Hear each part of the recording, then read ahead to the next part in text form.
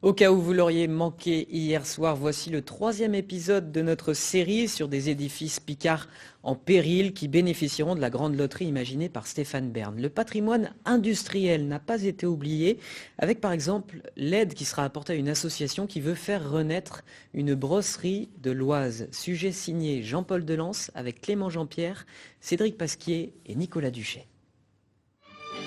Du milieu du 19e siècle à la guerre de 14-18, le département de l'Oise fut la capitale mondiale de la brosserie.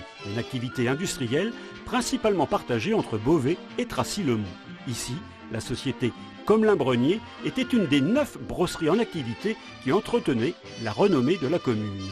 Employant jusqu'à 400 personnes, elle avait pour spécialité la brosserie fine. La brosserie fine, c'est la brosserie de toilette. C'est les brosses à habits, les brosses à chapeau, les brosses à moustache, les brosses à cils, les parures de toilette, c'est le luxe.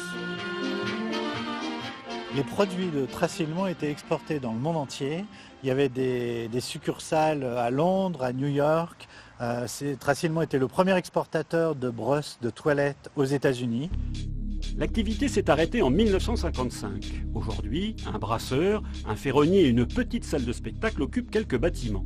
Mais le site devrait connaître une renaissance car il est la propriété d'une association qui compte bien lui redonner vie grâce à un projet d'animation soutenu par la mairie.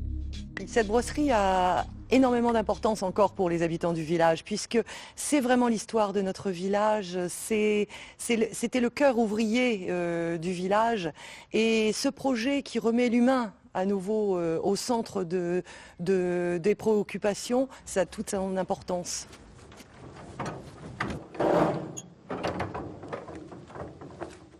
Sans surprise, la création d'un grand musée consacré à la brosserie sera la priorité de l'association. Première étape, la réhabilitation d'un bâtiment exceptionnel et peut-être unique, un séchoir, identifiable grâce à ses ouvertures de ventilation caractéristiques. D'une superficie de 200 mètres carrés, il servait à entreposer pendant des mois des bois précieux et des os de bovins. C'est du reste ce bâtiment qui est inscrit sur la liste de Stéphane Bern.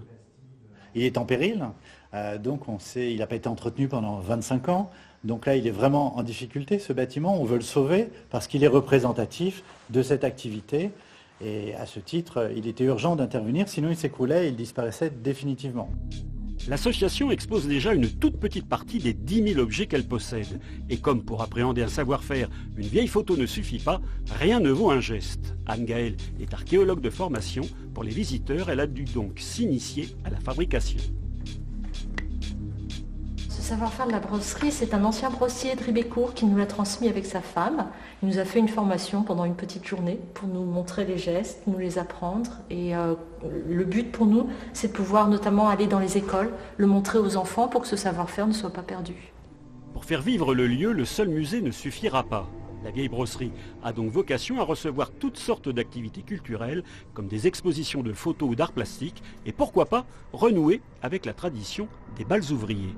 On souhaite y installer aussi un bistrot de pays pour que le lieu revive, qu'il soit accueillant, qu'il puisse permettre de faire des visites, d'accueillir des visiteurs, qu'ils puissent s'installer un petit peu, de redynamiser un peu ce village et son territoire. Avant les grands travaux d'aménagement prévus en 2019, si vous souhaitez participer à la mise en valeur du site, des chantiers participatifs vous attendent tous les samedis matins.